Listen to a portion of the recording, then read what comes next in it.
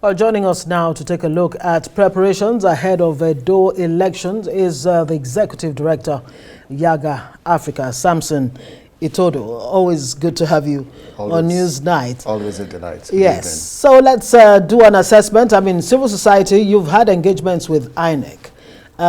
What have they been saying to you? Are you confident based on what you're seeing so far in terms of preparation on the part of INEC that they're ready, to go? Absolutely. I think INEC does not have a problem with preparations. All the activities it needs to conduct in the build-up to these elections, it has done so, and it's still doing so. The training of election officials is ongoing to a large extent. Some have been concluded. They've also told stakeholders that the BVAS machines have been charged, they've been configured. They're also ready to deploy. And so to a large extent, when you think about INEC's preparations, we say that INEC appears to be prepared for the elections. Yeah, because again, if you look at the timetable, there are specific activities that need to happen. So there's the mock, accreditation scheduled for next week, which will be conducted in some local governments in the state just to test readiness. You also have the stakeholders meeting, but you have voter education exercises that are ongoing. So to a large extent, we would say that yes, there is preparations on the part of the Electoral Commission. So you're seeing enough or adequate voter education going on the part of INEC? No, in terms of voter education, right. I'd say that there's so much that needs to be done with respect to voter education.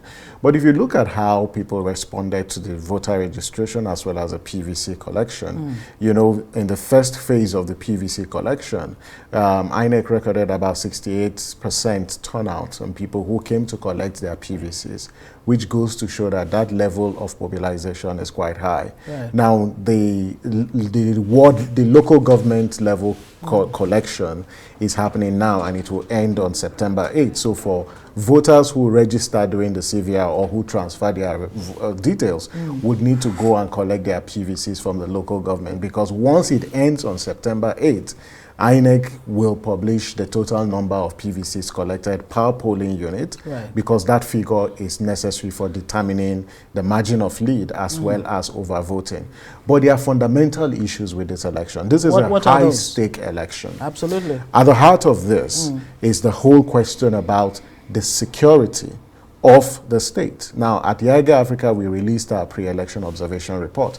We have raised concerns about, the increased activities of cult groups that is undermining and threatening, people's rights to go cast their votes. So you look at attacks on either political opponents. You've also seen some measure of violence. That is very disturbing. Right. We hope that the security agencies will deploy in such a way that they curtail, the activities of cult groups who are, attacking political opponents. So that's one huge Apparently source of they're concern. being used by politicians. Of course, they are used by politicians, and these politicians are known. The security agencies have the capacity, for doing what? For prevailing on these individuals to ensuring that that state is safe for voting.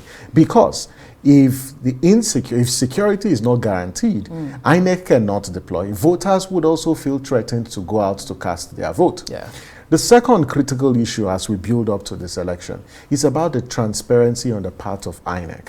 And that's really critical, because here we are coming after the governorship, the off-cycle elections conducted in 2023, where in places like Kogi, Bayelsa and Imo, you can see how the quality of elections continue to decline as a result of the desperation of political parties, political actors who continually make attempts to undermine the process by corrupting INEC officials. Political actors can be desperate, but is anybody checking them? Who should be checking the excesses of political actors?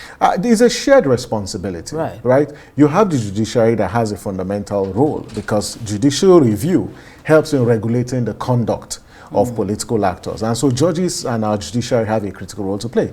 INEC is a regulatory agency. In addition to its responsibility as an election management body, it also has a responsibility to check the excesses of political actors, and the commission building to this election will have a lot of burden, because one, as we build towards this election, it is important for INEC to continue to remain transparent. So far at the national level, there's some level of transparency.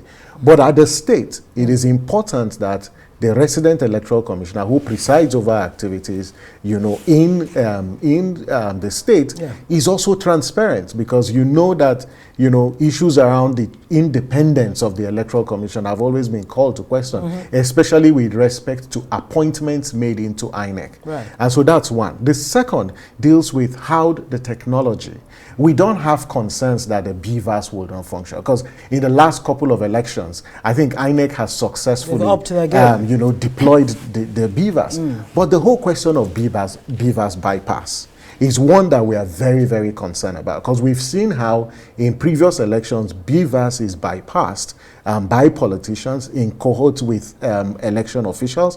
INEC needs to, ensure oversight over the accreditation process, so you don't have those issues. And then lastly is this point about overvoting that we saw in the last few governorship elections, and even in the judicial proceedings that happened post that election. And it's troubling that overvoting is still a recurring decimal.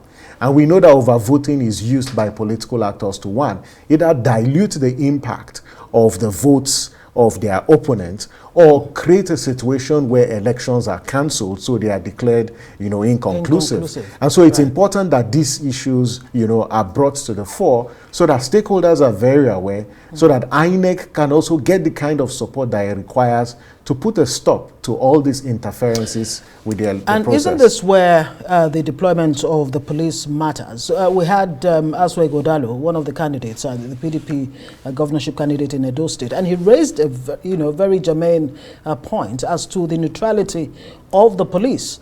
He says, as a candidate in this election, he's concerned about how neutral the police is. Is that of concern to the CSOs? How it is. If the September 21st election is going to be free, fair, and credible, it will take neutrality on the part of INEC, on the part of the security agencies, and then on the part of the political stakeholders who will have to comply by the rules. Right. Because on their part, they need to ensure that they obey the rules already set. Because we have cases where, politicians circumvent the process deliberately.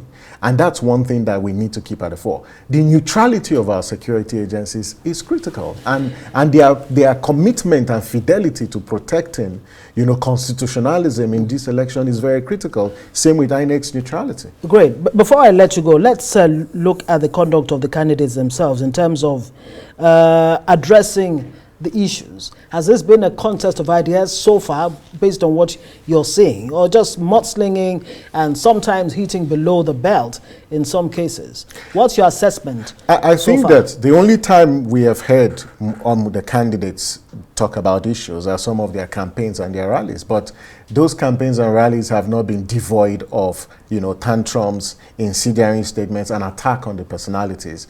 And it's really disappointing to see that, for a state like Edo that is known for, its intellectual contributions to nationhood, and it has, prominent leaders from the state, that the politics of this election have been brought so low that we've condescended to personal attacks, and politics need to be elevated beyond that. The voters in Edo are looking for leaders who will solve their problem, and there's a problem of access to quality education, access to quality healthcare, access to quality livelihood, especially food, issues around flooding, issues around security. That's what the voters in Edo want to see, and not all these personal attacks, from different political actors in the state.